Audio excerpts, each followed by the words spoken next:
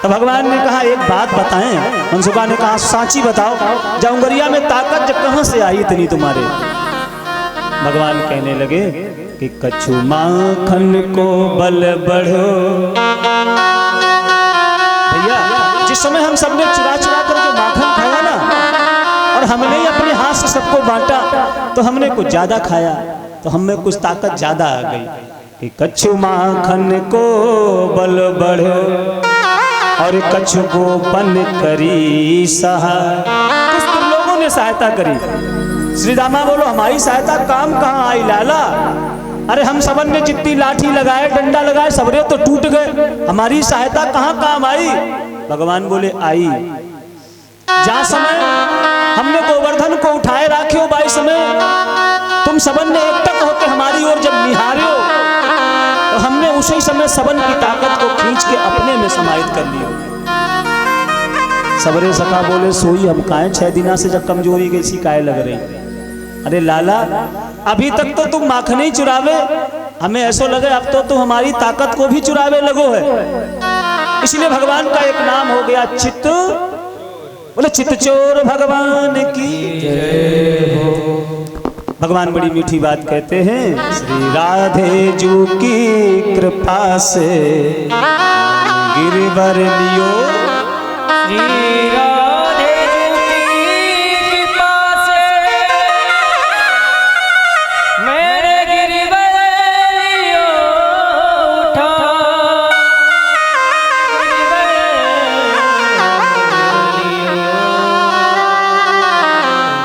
7 दिन हो गए, पूरे 7 दिन हो गए और भगवान उस उंगली पर उस गोवर्धन को धारण किए हुए हैं।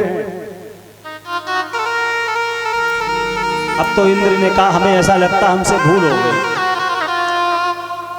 क्योंकि ये कोई साधारण नहीं है जिसने गोवर्धन को उठा रखा। ये आखिर कौन है? कहीं ऐसा तो नहीं है साक्षात भगवान ही हो। अब क्या करें, अब सामने जाएं कैसे? उनसे जाकर अपने इस कृत्य के लिए अगर क्षमा भी मांगे तो कैसे मांगे, क्योंकि हमने तो अपराध कर दिया इतना बड़ा। लेकिन जाना तो पड़ेगा। और भगवान तो सर्व शक्तिमान है, कहीं ऐसा ना हो हम तो क्षमा मांगने जाएं और वो हमसे कहे चलो रिजाइन करो। भगवान है ना, वो तो जब चाहे किसी को भी पद से हटा सकते हैं और किसी को भी पद पर बिठा सकते हैं। जो राजा को रंक कर दे और रंक को राजा कर दे, वही तो परमात्मा है, वही तो ईश्वर है। इंद्र को यह भी डर है कहीं पहुंचे और सामने भगवान के, और भगवान ने कह दिया आज से हटो तुम इंद्र नहीं हो, तो हमारी तो कुर्सी भी चली जाएगी। तो क्या करें? मन में विचार करने लगा भगवान को सबसे ज्यादा प्रिय क्या है। किसी बड़े अधिकारी से मिलने जाओ, किसी बड़े व्यक्ति से मिलने जाओ, तो उसके लिए कुछ भेंट लेकर जाओ, और भेंट ऐसी लेकर जाओ जो उसे बहुत ज्यादा प्रिय हो। तो मन में विचार आया कि आखिर भगवान को क्या प्रिय है ऐसा जिसको हम लेकर जाए। तो भगवान को सबसे ज्यादा प्रिय है गाय। क्या प्रिय है? गाय। तुति विप्रधेन सुर संतहित। भगवान गायों को बड़ा प्रेम करते हैं, इसीलिए भगवान का एक नाम गोपाल है। और स्वयं भगवान द्वापर में जब कृष्ण बनकर आए तो स्वयं गैया चराई है अपने आप। गायों के पीछे पीछे भगवान जाते हैं गैया चराने के लिए। तो इंद्र को लगा कि भगवान को गायों से बड़ा प्रेम है, तो जो गायों की माता है कामधेनु, उसको लेकर आया है इंद्र। और उस गाय ने आकर भगवान का अपने दूध से अभिषेक किया है, और ऐसा अभिषेक किया कि भगवान को अपने दुग्ध की धारा में ही बंद कर दिया। तो भगवान का एक नाम और पड़ गया गोविंद। बोले गोविंद भगवान की जय। अब पीछे से इंद्र आया है भगवान से क्षमा प्रार्थना करने के लिए। इंद्र जिस समय आया हाथ जोड़कर भगवान के सामने खड़ा हो गया, प्रभु हमसे बड़ी भारी भूल हो गई, हमसे बहुत बड़ा अपराध हो गया, हमने अनजाने में इतना बड़ा पाप कर दिया और हमने आपकी परीक्षा लेनी चाहिए और इसीलिए हमारे द्वारा ये सब कृत्य हुआ। हमें ब्रज को बहाना चाहा। भगवान कुछ नहीं बोले, भगवान शांत खड़े। इंद्र को लगा ये शांत हैं, कहीं ऐसा तो नहीं ये क्रोध में हो। अब क्रोध में पता नहीं ये क्या कर दें, तो हाथ जोड़कर प्रार्थना करने लगा इंद्र, प्रभु हमें क्षमा कर दो, हमारे अपराध को क्षमा कर दो। मुरली बजाने वाले कि गिरवर उठाने वाले दास हूँ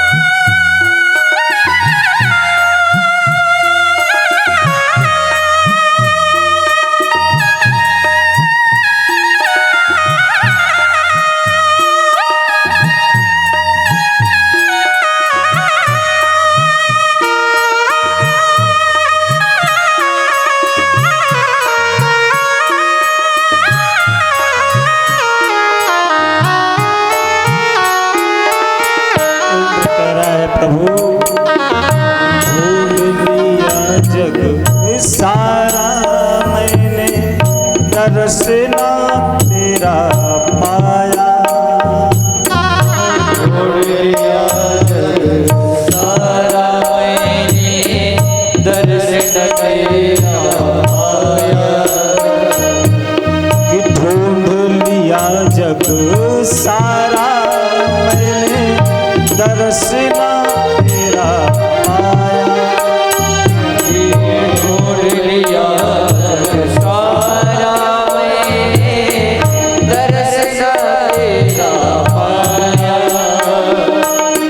जब मन को एकाग्र किया तो दिल बीच समाया। जब मन को एकाग्र किया तो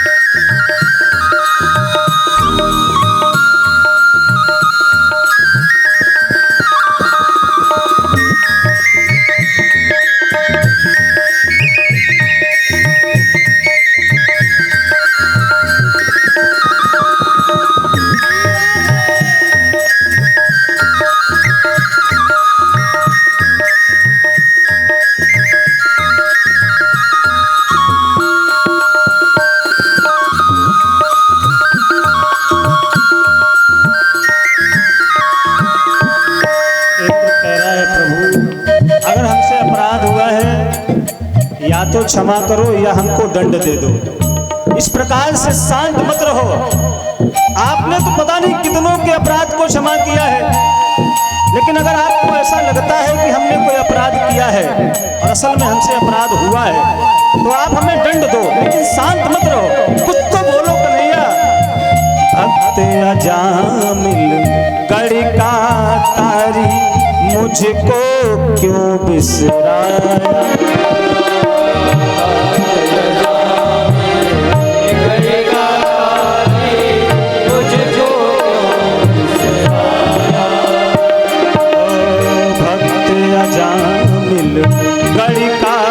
तारी मुझको बिसराया।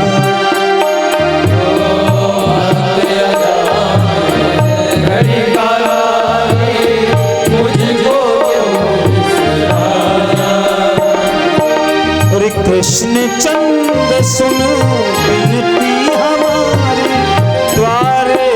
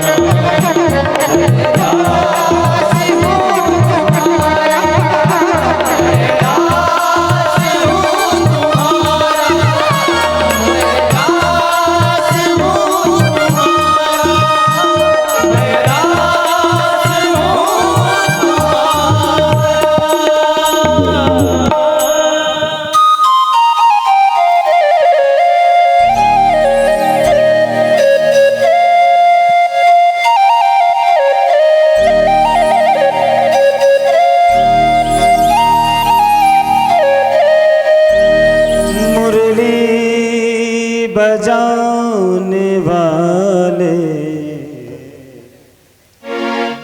गिरिवर उठाने वाले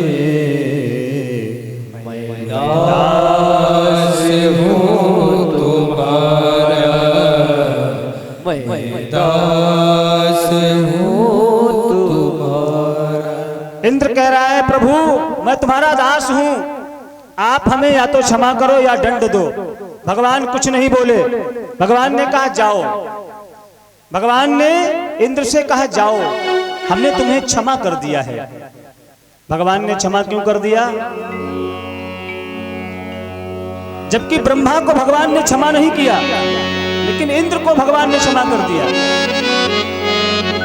जबकि अपराध इंद्र का बड़ा है, क्योंकि उसने ब्रज को बहाना चाहा, लेकिन भगवान ने उस अपराध में भी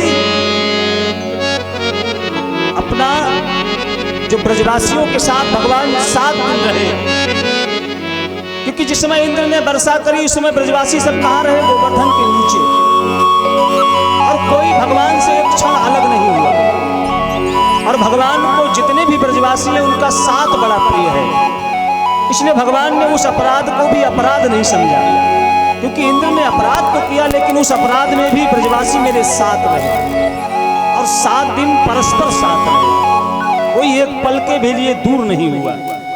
और भगवान कहते हैं कि जो ब्रजवासी है ना वो मुझे इतने प्रिय हैं कि ब्रजवासी वल्लभ सदा मेरे जीवन प्राण। भगवान कहते हैं जो ब्रजवासी हैं वो मेरे जीवन है, मेरे प्राण है, और इनको नाही बिसारी हो मोहे नंद बाबा किया। भगवान को ब्रजवासी इतने प्रिय हैं और इंद्र ने इन ब्रजवासियों को मेरे साथ 7 दिन के लिए ऐसा अपराध जरूर किया, लेकिन सब हमारे साथ रहे, तो भगवान ने उसे क्षमा कर दिया। इंद्र चला गया है। इधर भगवान गैया चराने जाते हैं, समय बीता है, गायों को ले जाते हैं भगवान और जाकर वन में चारण करने जाते हैं। और जिस समय भगवान जाकर गैया चराते हैं तो भगवान जिस समय बंसी बजाते हैं गैया चराते समय, और बंसी का स्वर जिस समय वृंदावन में गुंजायमान होता है तो जितनी भी गोपियां अपने घरों में गृह कार्य कर रही होती हैं, और जैसे ही उनके कानों में बंसी का स्वर पड़ता है तो उस बंसी के स्वर से सारे काम उल्टे होने लगते हैं। अब कोई गोपी बनाने जा रही है भोजन, और जैसे ही भोजन बनाने के लिए उसने दाल चढ़ाई और उसी समय भगवान बंसी बजाने लगे, और जैसे ही बंसी का स्वर कान में पड़ा, अब दाल में डालना था नमक, सो डाल दे शक्कर। कोई गोपी दूध चढ़ाकर दूध को गर्म करने के लिए जा रही है, और जैसे ही दूध को चढ़ाया अग्नि पर उसी समय बंसी बज गई। अब दूध में डालनी थी शक्कर, सो डाल दो नमक, सब उल्टा पुल्टा हो रहा। क्यों? क्योंकि उनका मन उनके वश में नहीं है। मन तो उस चितचोर ने चुरा लिया है जो बंसी बजा रहा है। उस बंसी के स्वर में सब अपने आप की सुध बुध खो जाती है। और भगवान जब गैया चराकर लौटते हैं ना तो सब शिकायत करती हैं भगवान से। गोपियां कहती हैं लाला जब तुम बंसी जब गैया चराने जाते हो तो उस समय असमय बंसी मत बजाया करो। भगवान ने कहा क्यों? ये मुख हमारा, बंसी हमारी, अरे हमारा जिस समय मन होगा तब बजाएंगे। गोपियां कहती हैं जिस समय तुम बंसी बजाते हो उस समय सब काम उल्टे पुल्टे हो जाते हैं लाला, और फिर हमें अपने घर में डांट सुननी पड़ती है। अब जो लकड़ी जड़ है वो चेतन हो जाती है, और जो चेतन अग्नि है वो जड़ हो जाती है। अर्थात जो लकड़ी जड़ है उसमें से तो पानी निकलने लगता है, और जो अग्नि चेतन हो जाती है वो अपने आप शांत हो जाती है। भगवान ने कहा देखो ये हमारी है बंसी, और इसे तो हम बजाएंगे जब हमारी इच्छा होगी तब। गोपियां भगवान से बार बार विनय करती हैं, और इधर सुखदेव जी कहते हैं बड़ा सुंदर समय आने वाला है महाराज, क्योंकि जिन गोपियों के भगवान ने चीर हरण किए थे, जिन गोपियों का भगवान ने चीर चुराया था, अब उनके साथ भगवान का रास विहार का समय आ रहा है, और वो समय बड़ा सुंदर समय आ रहा है। और श्री सुखदेव जी कहते हैं कि राजन एक दिन की बात, बड़ा सुंदर समय है, शरद की पूर्णिमा है, और भगवान ने रात्रि के समय बंसी को बजाया। और यहां पर सुखदेव जी ने जिस शब्द का प्रयोग किया, जिस श्लोक में भगवान सुखदेव जी कहना ये चाहते हैं कि आज तक जितनी भगवान लीलाएं कर रहे हैं उन लीलाओं में भगवान ने किसी का सहयोग नहीं लिया। ये सब लीलाएं भगवान स्वयं कर रहे हैं, लेकिन जो अब लीला भगवान करने जा रहे हैं इस लीला में भगवान ने सहयोगी बनाया है किसी को। और किसको बनाया? तो जो भगवान की माया है, योग माया, उसको भगवान ने इस लीला में अपना सहयोगी बनाया। भगवानाम पिता रात्रि, बड़ा सुंदर समय है। शरदोत फुल्ल मल्लिका, वीक्षरन्तुं मनश्चक्रे योगमाया तुआश्रिता। भगवान ने आश्रय लिया और किसका लिया? योग माया का आश्रय लिया। योग सब माया जो जोड़ दे उसका आश्रय भगवान ने लिया। और ये माया कौन है?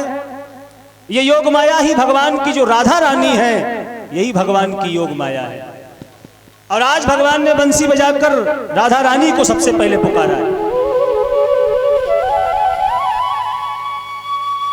क्योंकि जो भागवत है वो भगवान का ही रूप है। बार बार हम लोग निवेदन करते हैं कि ये भागवत साक्षात भगवान का ही अंग है। तेनेयम वांगमयी मूर्ति प्रत्यक्षा वर्तते हरे, ये भगवान हरि का ही साक्षात रूप है। लेकिन इसमें जो दशम स्कंद है वो साक्षात भगवान का हृदय है।